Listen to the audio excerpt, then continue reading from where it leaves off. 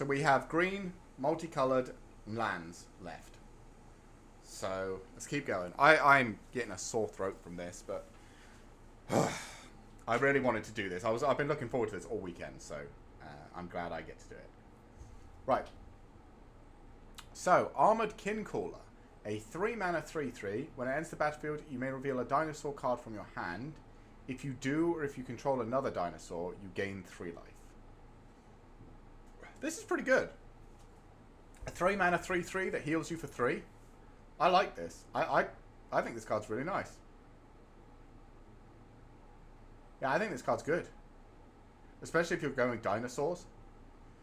I mean, obviously, you got to be going dinosaurs with it.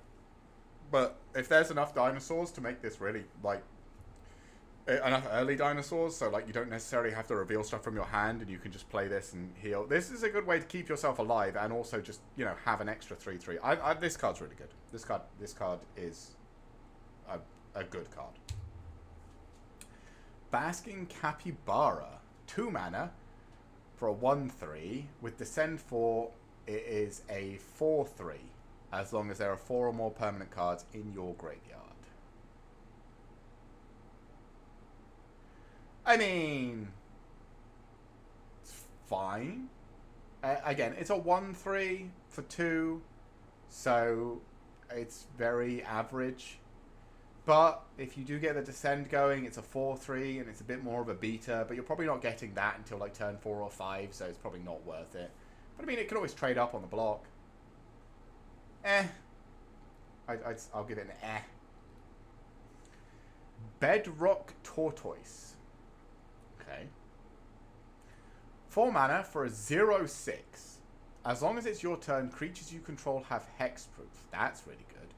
Each creature you control with toughness greater than its power assigns combat damage equal to its toughness rather than its power. So this is a 4 mana 6/6.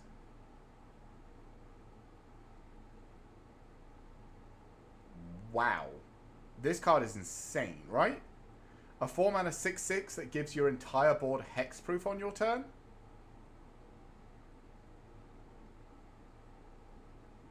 Because you play this and it has hexproof. Because everything has hexproof because it's your turn. This is insane. Green getting some love here as well. This is a 4 mana 6/6 that gives everything hexproof.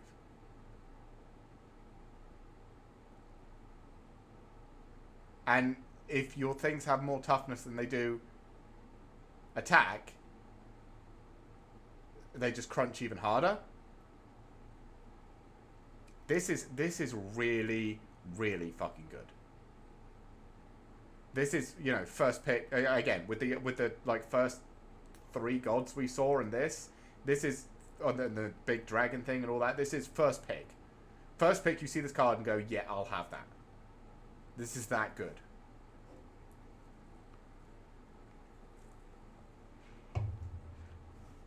Each creature you control with toughness greater than its power assigns combat damage to its toughness rather than its power. Yeah, so this is a 4 mana 6/6.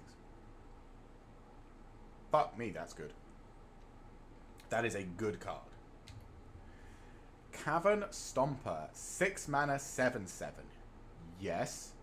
And it's battlefield scry 2. 4 mana, can't be blocked by creatures with power 2 or less this turn. I mean, I'm just loving the dinosaur beaters.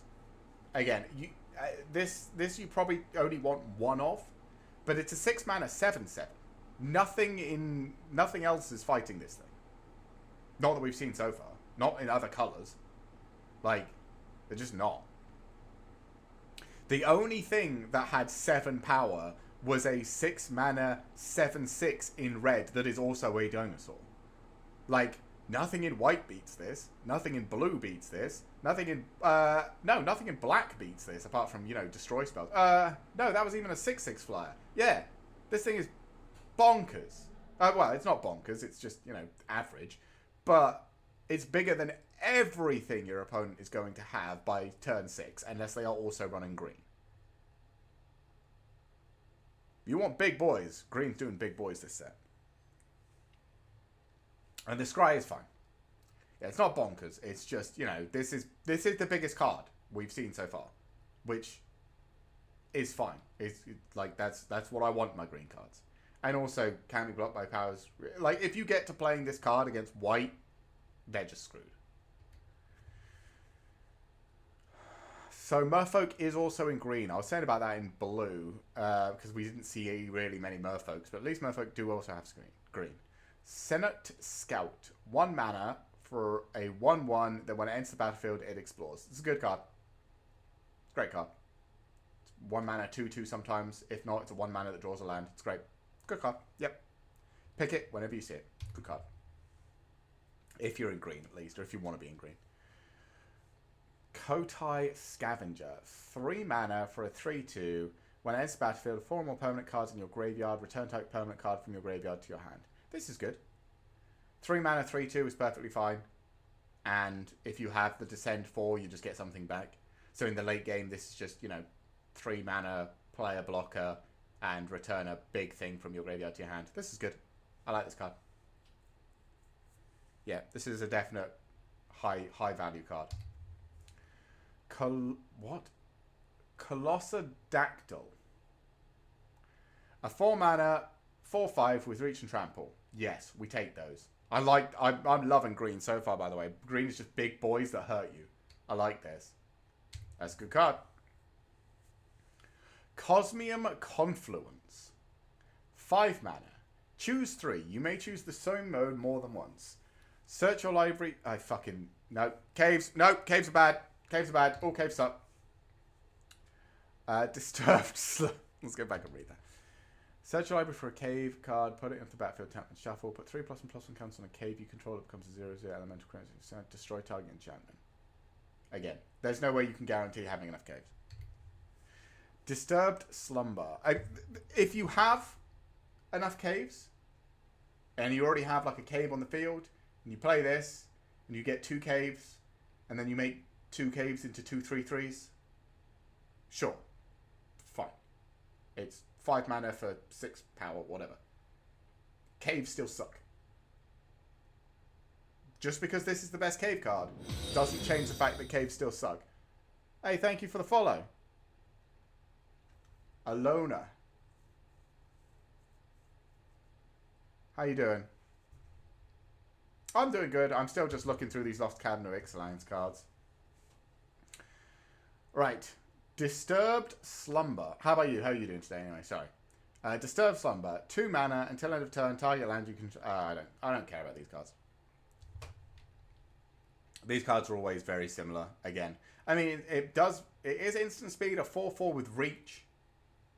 So I guess you can block a flyer with it. But again... I don't care for these sort of cards. Earthshaker Dreadmaw. 6 mana for a 6/6 with trample. I'm loving these big dinosaurs. When Earthshaker Dreadmaw enters the battlefield, draw a card for each other dinosaur you control. This is a good. This is a very good card, right? If you've got 2, 3 dinosaurs, what sort of pass do you have in, by the way, mate? Yeah, if you've got 2, 3 dinosaurs on the field, this is 6 mana for a 6/6 with trample. Draw 3, draw 2.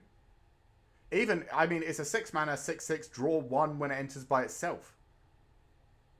If you're playing dinosaurs, this is a key card. You need some. That's the thing. Dinosaurs is looking good because you've got this little thing down here, which is going to keep you alive, and then you've got just big, stompy things. This Colossodactyl as well is really fucking good. 4 mana 4/5. There are some very good dinosaurs here you can play to keep you alive during the game. I think green-red dinosaurs is looking pretty good because red has some nice early game dinosaurs and green has some big late game dinosaurs. Like, I know that like I said, I haven't, this is not completely blind. Since when have I been playing? You mean Magic in general? Since I was like 13, 14. But, yeah. A very long time. Yeah, I think Earthshaker Dreadmaw is great. Yeah, in general. Like 13, 14. Back in the UK. When I went to school. There was an after-school club with a bunch of kids. It was back in the days of God, what were the first sets? It was original Kamigawa with like Seki Season's Guide and Umazawa's Jite or whatever, how you call it. And I had, there was like the Scars of Mirrodin with Sunburst. I had a Sunburst deck, was the first deck I tried to make, which was absolutely terrible. But, yeah, those are the way. Luckily, me and my friends managed to play. We stopped playing for quite a while, but once we all sort of had jobs, this is back in the UK, we managed to go to our local pub and talk to the guy who owned it. And they had like an upstairs room, and they agreed to allow us to regularly go there, like every Tuesday or something, as long as we bought drinks and some food and stuff, and just play Magic. So that's what we used to do every, I think it was Tuesday. And then steadily more people started turning up and more people started turning up. And eventually we had quite a little club of like 20 to 25 people just turning up on a Tuesday to drink, eat some food, talk nerd stuff and play Magic. And that continued until I was like 20 something. And then since then I've done more. Since Magic Arena came out, I do a lot more playing online. Sure.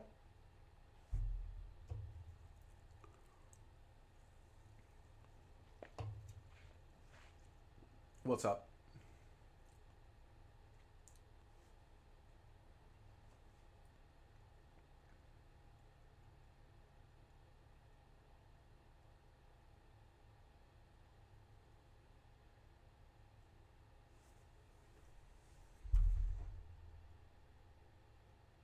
So it's a long question.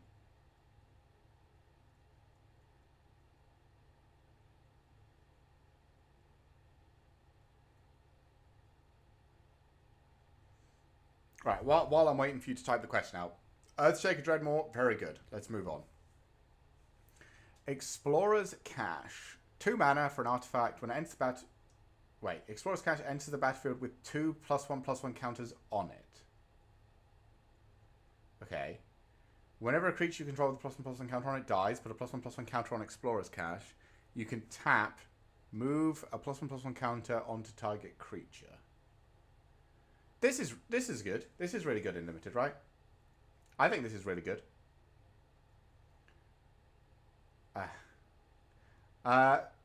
Thanks for the ideas, but unfortunately, I'm not looking for any sort of graphical art or emotes or anything like that at the moment. Sorry, buddy. You can always message me. I have Discord and Twitter and all the rest of it with, you know, the same name as I use here, SpartanX3X. So you can find me, I'm sure, if you want to, you know, give me your ideas or whatever. But at the moment, I'm not looking for anything like that. Sorry, buddy. Right. Explorer's Cache. So this is essentially 2 permanent +1/+1 counters that you can swap onto anything with 1 at a time. And if you have any other way of doing +1/+1 counters, my Discord, it's... Give me a second.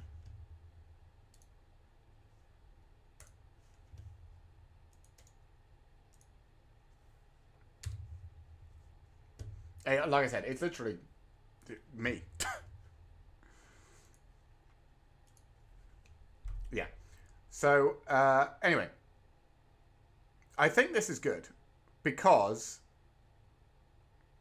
it's 2 permanent +1/+1 counters unless your opponent can destroy Explorer's Cache.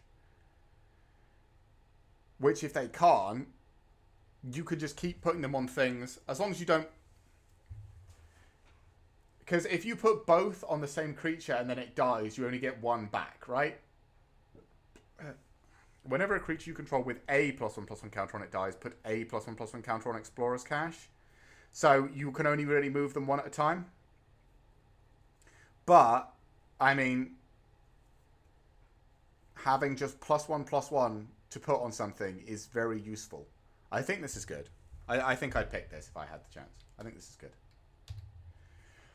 There he is, boys. Galter. Now... Right. He is 8 mana. I see the request. I'll accept it once I finish this stream, buddy. Don't worry.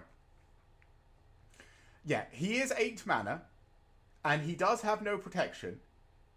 And his second effect probably doesn't do anything, because by the time you get to 8 mana, you're probably top decking cards from the library anyway.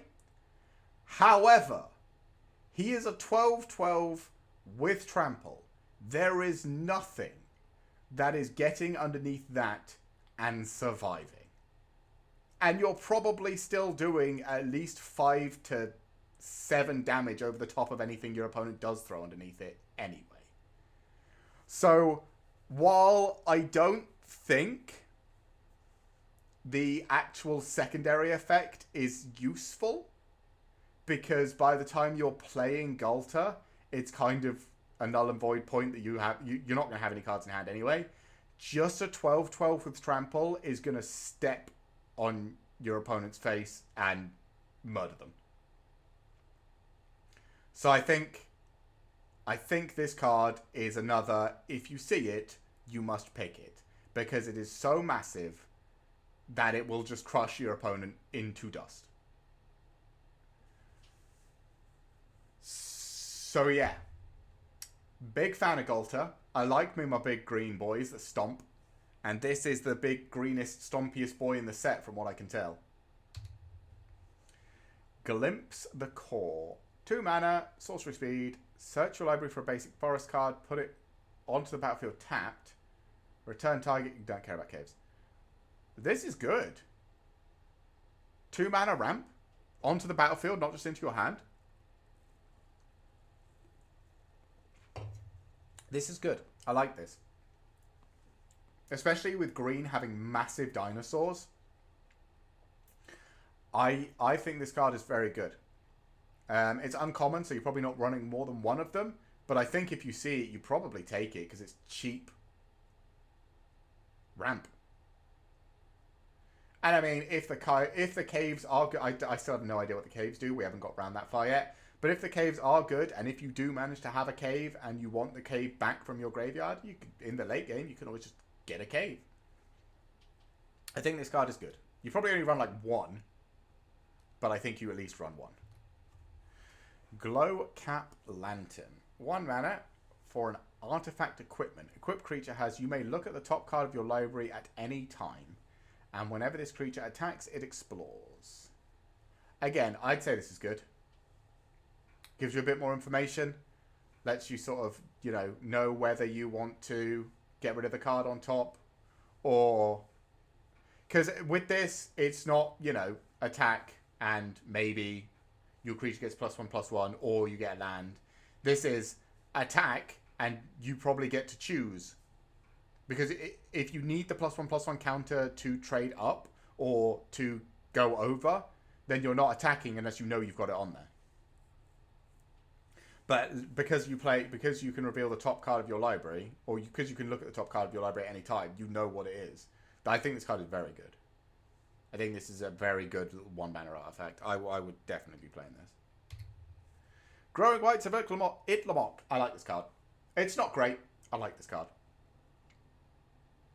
Yeah. When it enters the battlefield, look at the top 4 cards. Reveal a creature card, put it into your hand, put the rest in the bottom of the library in any order for 3. But the fun side is at the beginning of your end step, if you control 4 or more creatures, transform. And then it taps for green for each creature you control.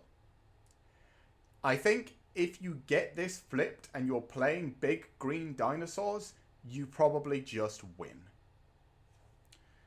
When Growing Rights of Itlamok first came out, because this is a reprint, when the first print came out, I think it was original Ixalan, if I'm honest, I picked it, I had it in my pre-release deck, and I managed to come first in that pre-release. Just because whenever I flipped this, which you can do because controlling 4 or more creatures is very doable and limited, I had, 4, 5, 6 more mana than my opponent and could just do dumb things. To be fair, the dumb thing I did was there was the crew. There was a pirate, a 4 mana pirate that had for 4 mana and not tapping, just 4 mana. you could steal a creature your opponent controls. When I had, 5, 6 creatures on the board with a flipped Growing Rites of Itlimoc, just tap it for 6 mana and then tap the rest of your mana and steal 3 of your opponent's creatures and then swing at them and they just died. So that doesn't seem to be in this set, so it's probably not as gross. But I like Growing Rites of Itlimoc. If I saw Growing Rites of Itlimoc, I'd probably just play it. Just pick it and play it, because why not? It's not good, but I like it, so I'd play it.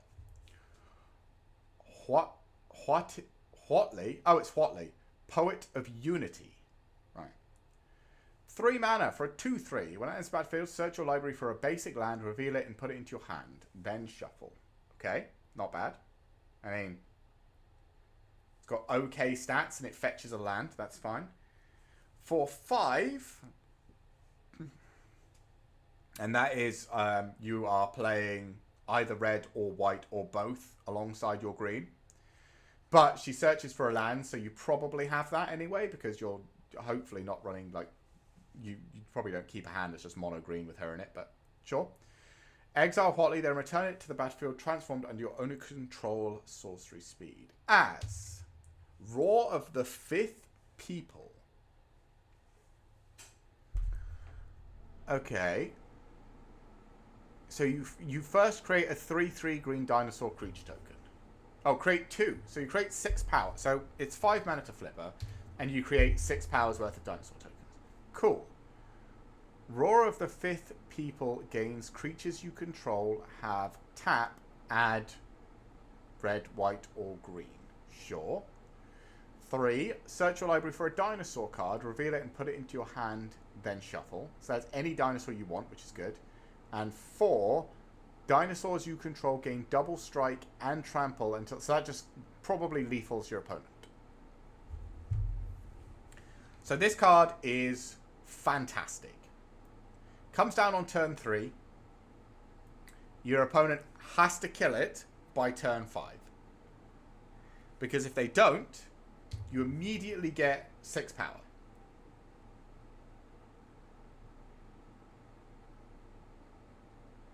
Wait, the second part. Roar of the 5th People gains creatures you control have tap, add mana.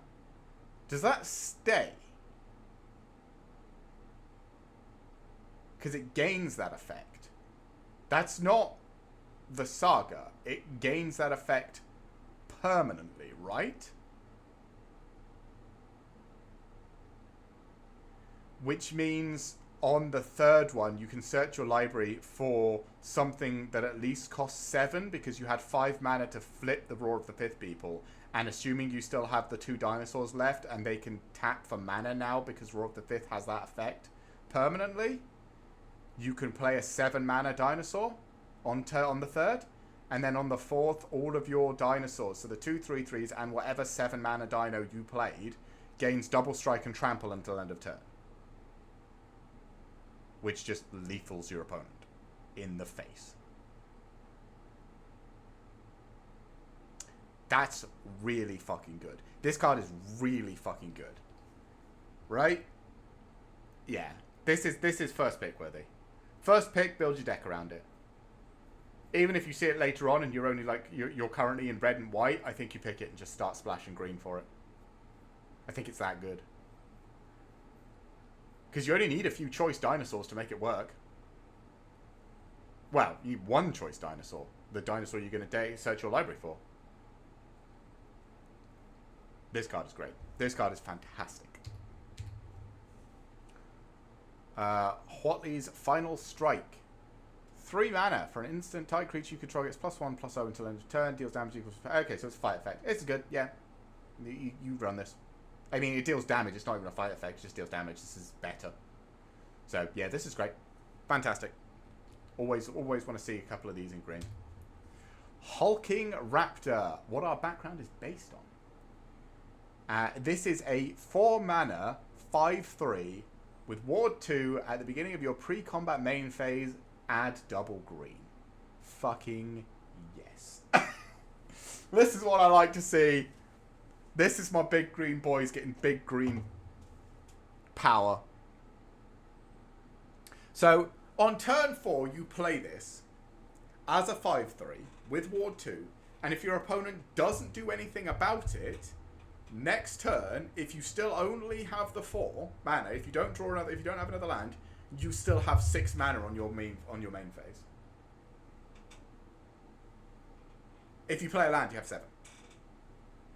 You're literally like 2 lands away from Golter with this thing. This is so good. This is easily first pick play Dinosaurs.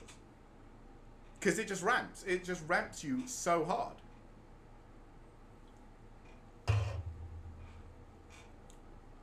This is really good.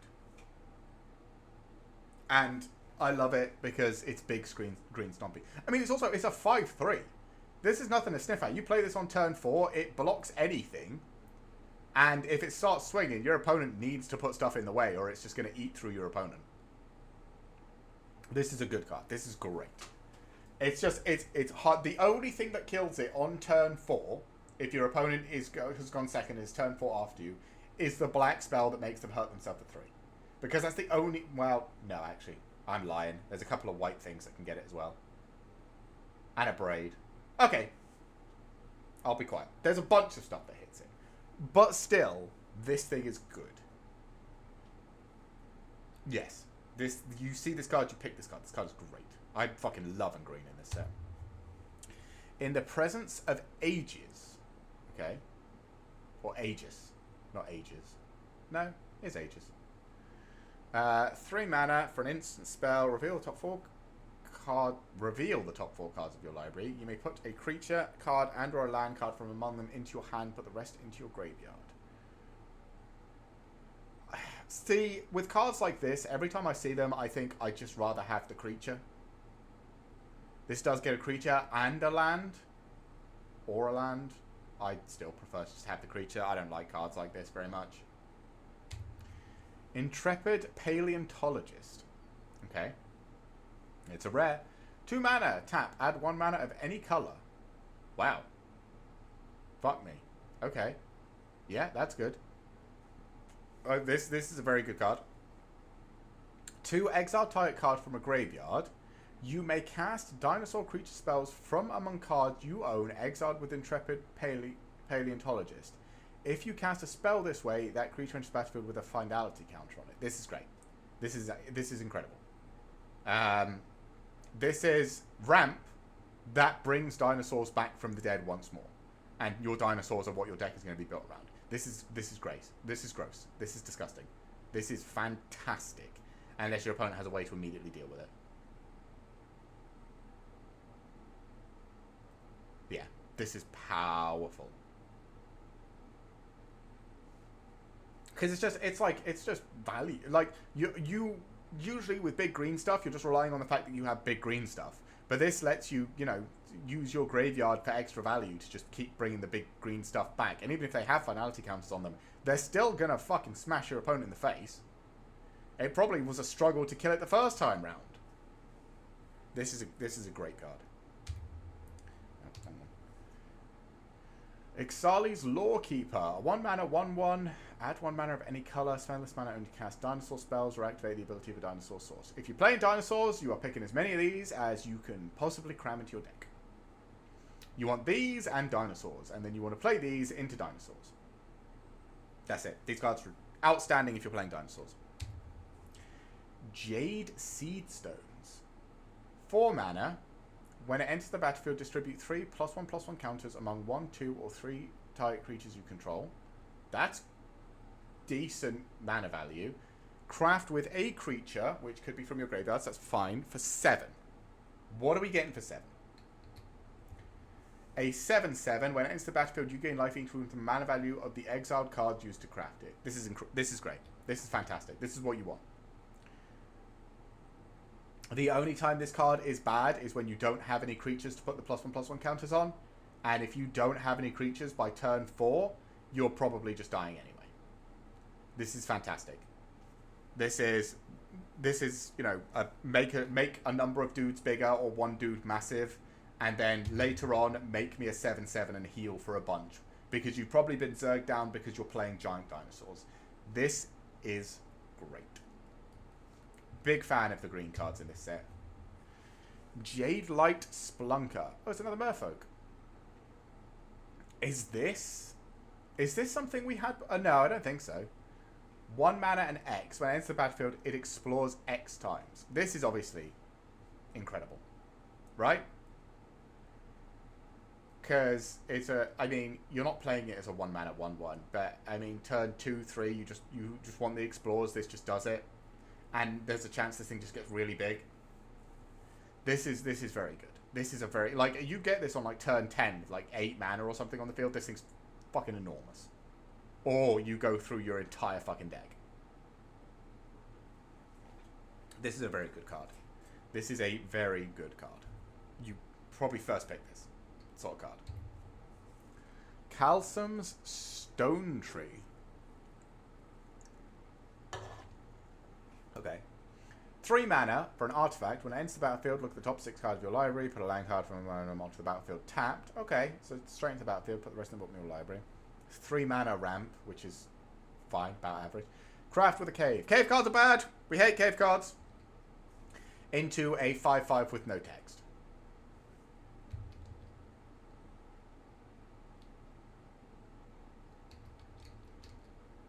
I'm just going to evaluate it as crap because all cave cards are crap. Done. All cave cards are crap. Malamet Battle Glyph. Okay. 1 mana, sorcery speed. Choose target creature you control and target creature you don't control. If the creature you control entered the battlefield this turn, put a +1/+1 counter on it, then those creatures fight each other. This is great. 1 mana fight effect that also buffs your creature if it enters the battlefield. This is fantastic. This is really good. You play the creature that's just big enough to kill your opponent, pump it, smash. This is really fucking good. This is a really good piece of removal. This is something you want to pick up a number of, I think. Malamet Brawler. 2 mana for a 2/2. When it attacks, target attacking creature gains trample. Yeah, it's fine. It's a 2/2 with trample for 2. It's good. It's just, yeah, it's fine. Malamet Scythe. 3 mana for a flash. When it enters the battlefield, attach its target creature. Equipped creature gets +2/+2. So it's a decent combat trick. I think these combat tricks that are actually artifacts are significantly better because they stick around. So this is probably playable, but I think most of the time you're probably going to prefer to have a creature over it. So I don't know if I'd pick it personally. Malamet Veteran. 5 mana, 5/4 with trample. Descend whenever it attacks the 4 or more cards in the graveyard. Put a +1/+1 counter on target creature. This is good, actually. By turn 5, you're probably going to have the Descend 4 active, which means your opponent has to deal with this, or you're swinging on the following turn with a 6/5 with trample. That's only going to keep getting bigger. This is a very good card. For a common? I mean, maybe green already, maybe they think green already has big enough dudes. So, like, But I think this is a nice little card. Yeah, this is good. It just gets bigger and bigger. Mineshaft Spider. A 4 mana 3/4 with reach. When it's battlefield, mill 2 cards. Or you may mill 2 cards. This is fine. It's okay. I mean, it's a 4 mana 3/4, so not great on the stats, but it does have reach, so it blocks flyers. And the mill 2 is good in certain things. Yeah, I'd say it's fine. It's Nurturing Bristleback. So this is the forest cycling. It's 7 mana. When it enters the battlefield, create a 3/3 green dinosaur creature token with forest cycling. Again, you're playing at least one of these, maybe even 2 on this one because it makes extra dudes. Or it's just a forest. You are at least playing one of these, maybe 2. This card is good. It's just because of the land cycling. Holy. Ojir Caslam Deepest Growth. I haven't seen this yet. A 5 mana 6/5, already a big fan. Trample. Whenever it deals combat damage to a player, reveal that many cards from the top of your library. You may put a creature card and or land card from among them onto the battlefield. Put the rest... Holy shit, this thing is gross. Transform, activate only if you control 10 or more permanents. I mean, that's doable. It's not non-land permanents. 10 or more permanents. That's easily achievable. Easily.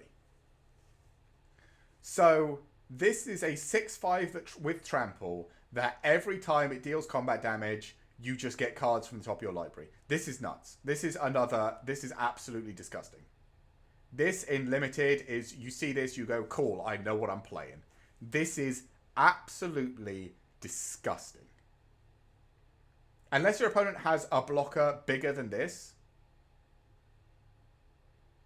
which there are a few, but unless your opponent has some way to block this to stop the damage going through, this thing is just a nightmare to deal with. Like, anyone playing white or blue, or even black for the majority, is just throwing small creatures underneath this thing to try and chew through the damage so that it doesn't trigger.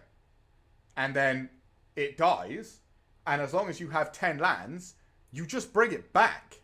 Because you just swing with it. You just swing with it. It deals the damage. They put a bunch of creatures underneath it to stop the 6 damage. You kill 1, 2, 3. Don't know. Doesn't really matter. It becomes a land. Yeah. When it dies, return to the battlefield tapped and transformed under its owner's control. Oh, it's tapped. Okay, so you can't immediately bring it back. Okay, so slightly worse. But I was going to say, you could literally just transform it back. But, I mean, the next turn you can transform it back. This is really fucking powerful. Especially, like, green has so much just ramp and big things. Like, this is powerful. This is insane.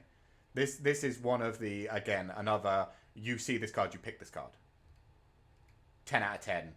Absolute beast. Right, Over the Edge. 2 mana, sorcery speed, destroy target artifact or enchantment, target creature you control explores, then it explores again. It's okay. It's fine. The double explore's nice, but we haven't seen anything that really triggers off explore, so it's fine. Pathfinding Axejaw. 4 mana, 4/3 dinosaur. When it enters the battlefield, it explores. This is good. If you're playing the dinosaur deck, you want the lands in hand. And this is early enough. Like, the way the dinosaur deck's going to die is it just gets overrun before you get a chance to do stuff. But having stuff on sort of turn 2, 3, and 4 to just hold the ground so your opponent can't just run you over is all you need to do until you get your big 6/6s and 7/7s that are just going to hold off anything. So I like cards like this. Poison Dart Frog. I love it. A 2 mana, 1/1 with reach that adds 1 mana of any color and can give itself Death Touch. This is actually really good. Right? Like, it's a mana nerd where when you no longer need the mana, you just have a 1/1 with Death Touch. This is really fucking good. Also, it looks like he's smiling. I like the little frog smile. The little happy frog. Just beaming away. He's a happy frog. Yeah, this is good. This is really good. It has to be. I mean, it's 2 mana nerd that also can have Death Touch and block flyers. This is good. It's good. Pugnacious Hammerskull. Okay. Alright, sure. It is a 3 mana 6/6. What? A 3 mana 6/6. When Pugnacious Hammerskull attacks, while you don't control another dinosaur, put a stun counter on it. Honestly, a 3 mana in limited, a 3 mana 6/6 in the dinosaur, if you're building big green dinosaurs, is not attacking. It's a blocker. It's, you play this card and your opponent goes, ah, shit. Now I can't swing into him. And then you just play bigger and bigger and bigger thing. Because the turn after this, you can play the 4 mana thing, or the 4 mana thing that heals you for 3 if you control a dinosaur. And you do because you control this. This card is great. And I mean, even if you can't, like, attacking with this thing as well. I mean, you probably don't, because it's not got trample, so it's not that good on the attack. There's plenty of bigger dinosaurs that have trample and are better on the attack. But this thing is so good on defense. This is, if you see this card and you just take this and build dinosaurs. This is like the low cost dinosaur you need to keep you alive in dinosaurs. This is great. River Herald Guide. A 3 mana, 3/1 with vigilance, and when it enters the battlefield, it explores. It's fine. It's a bit overpriced. But it might, to be fair, maybe not, because it might come in as a 4/2. It's fine. It's nothing to write home about, but it's fine. Seeker of Sunlight. A 1 mana, 1/1. Cool. And for 3, you can explore. Yeah, I think it's a good card. This is probably better than the last one. Because it comes down on turn 1. Turn 2, you can do something else. And then turn 3, you can start exploring with this thing to make it bigger for blocking or attacking. Just to churn your way through your deck. This card I like. This card I like a lot. Because you can repeatedly do it whenever you have the spare mana. Which is great. Sentinel of the Nameless City. A 3 mana 3/4 with vigilance. And whenever it enters the battlefield or attacks, it creates a map token. This is very strong. This is outstanding again. Overstatted, so a 3 mana 3/4. And when it enters the battlefield, it's creating a map, so you can explore the next turn immediately. When it attacks, you create another one. This is very, very powerful. Again, I think this is if you see it, you pick it and you just, because you don't even need to be in Merfolks for this. Like, this is just a really, really good 3-drop. Like, probably one of the best, apart from the 6/6 dinosaur we just had, this is probably one of the best 3-drops I've seen. This is outstanding. This one I have seen, Skullspawn Nexus. So, I'm not sure how to evaluate this card, but I think it's bonkers. So, yeah. For 8 mana, this spell costs X less to cast, where X is the greatest power among creatures you control. So this was, Great Henge had this, right? And you could play the Great Henge for 2 quite easily. With all the big dinosaurs running around in green, you could play this for 2 quite easily. Whenever 1 or more non-token creatures you control die, create a green fungus dinosaur creature token with base power and toughness, each equal to the total power of those creatures. 2 mana, tap, double target creature's power until end of turn. So this means whenever anyone removes one of your dinosaurs, you get a dinosaur as powerful. If somebody board wipes, they lose the following turn. Like, game over. Because if you board wipe into this, not just destroy rather than exile. If you destroy board wipe into this and you have more than 10 power, they are dead unless they can follow up with something else. Because you get a 10/10, or at least a 10 power creature, and then you press tap 2, tap that, double it to a 20, kill your opponent. Because they have nothing left after the sweep either. This card is really powerful. Now, is it powerful in limited? I think yes. I think this is strong enough that you pick it in limited. Because there are enough big cards in green that you can just play this. Think about, let me go back. Where is... It is an uncommon. This thing. So on turn 4, you play a Colossal Dactyl as a 4/5 with Reach Trample.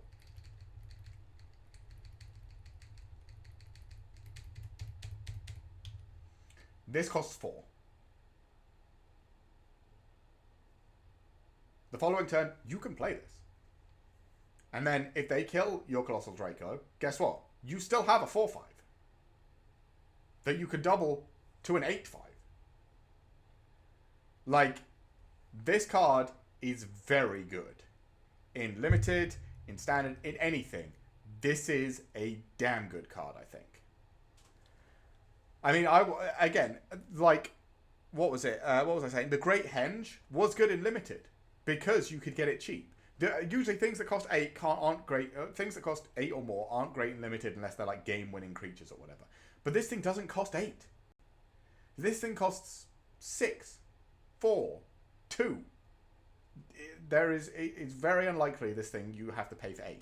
Unless you have nothing on the board. And then if you have nothing on the board, this doesn't do anything anyway, you're already losing. This card is very good. Spelunking. 3 mana for an enchantment. When Spelunking enters the battlefield, draw a card. You may put a land card from your hand onto the battlefield. If you put a cave cards suck. You gain 4 life. Lands you control enter the battlefield untapped, which only matters for dual lands and or / caves.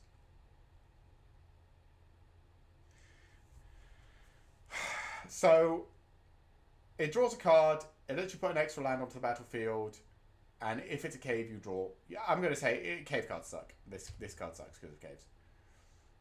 2 mana, +3/+3 and gains trample. We've seen this card a bunch. It's meh. It's meh limited. Tendril of the Myso Tyrant. Okay. 2 mana for a 2/2, and then for 5 mana, put 7 +1/+1 counters on target non-creature land you control. It becomes a 0/0, so it becomes a 7/7. I think this is a good card. Because it's a 2/2 for 2, so that's even on stats. And if your opponent doesn't deal with it, eventually you're pumping out 7/7s every turn. I mean, in limited, that's great. In limited, anything that is inevitability if your opponents can't deal with it is fantastic. Yeah, I think this card's great. Definitely take that. Thrashing Brontodon. Oh, this is a good. This is a reprint. This is a reprint, but this is one of the best dinosaurs because it's a 3 mana 3/4. Again, in the big green dino decks, you need early game so that you don't get absolutely brutally beaten to death. This is your early game right here. A 3 mana 3/4 that you could sacrifice for value later, but it's just a 3 mana 3/4. This is great. Twists and Turns. Okay. 1 mana. For an enchantment, if a creature you control would explore, instead scry 1, then the creature explores. Okay, so here's the explore synergy. When Twists and Turns enter the battlefield, target creature you control explores. Nice. So it automatically does something. That's good. When a land enters the battlefield under your control, if you control 7 or more lands, transform it into Myconid Maze. 4 mana, tap, look at the top 4 cards of your library. You may reveal a creature card from among them, put that card into your hand, put the rest at the bottom of your library in any order. This is probably really good, I think. This is probably really good. Because, again, you don't need... It makes Explore better, and a lot of things just have Explore on them in this set. But you don't need Explore to get it to flip.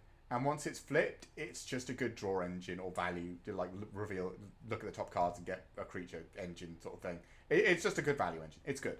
Yeah, this card is also very good. Green's got some really good cards this set. And, like, playing this on turn 1 is fine. Because, you know, you can then start playing stuff that explores. Or just other creatures. Doesn't matter. It's fine. Yeah. This is a good card. This is a very good card. Walk with the Ancestors. 4 mana, return up to 1 target permanent card from your graveyard to your hand, discover 4. Sure. It's probably fine. As long as you have stuff big enough to return. I don't know how good Discover is, so I'm still not sure about that.